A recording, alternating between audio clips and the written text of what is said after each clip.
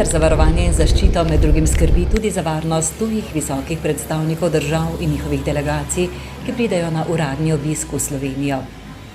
V času predsedovanja Slovenije Evropski uniji se bodo zvrstili številni obiski in dogodki.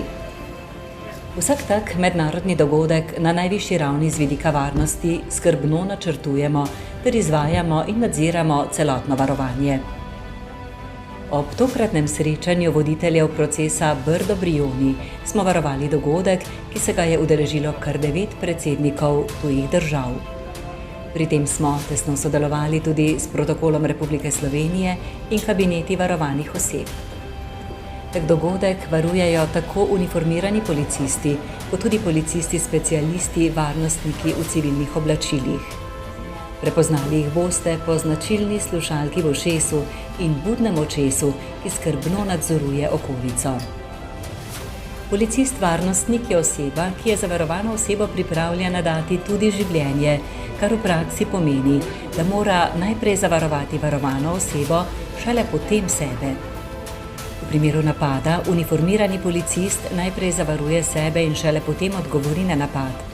Policist-specialist varnostnik pa mora s svojim telesom in življenjem najprej zaščititi varovano osebo, kar pomeni, da ne sme misliti na svojo varnost, ampak izključno na varnost varovane osebe. Ta poklic je treba opravljati s srcem in dušo.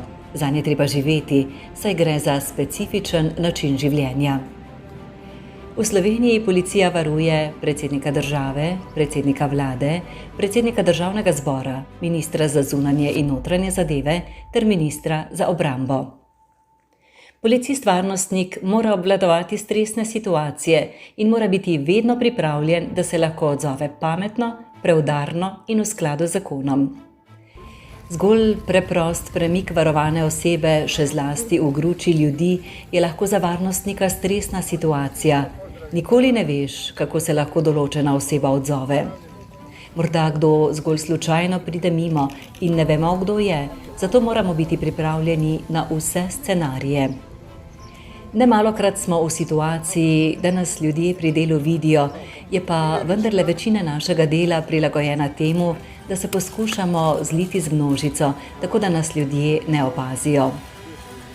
V času aktivnosti pri varovanju dogodka se moramo varnostniki prilagajati urniku dogodka, prihodom in odhodom delegacij.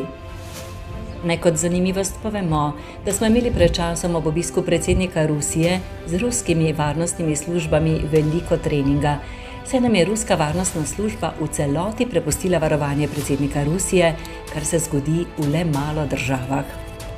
Smo med boljšimi službami na svetu, kar nam priznavajo tudi tuje varnostne službe, saj smo prejeli številna priznanja in odlikovanja. Za varnost bomo skrbeli tudi v času predsedovanja Slovenije Evropski uniji. Naredili bomo vse, da se bodo predstavniki tujih držav in delegacij med dogodki, ki se bodo zvrstili v Sloveniji, počutili varno, od trenutka, ko prestopijo našo mejo, do odhoda njihove delegacije nazaj v svojo državo.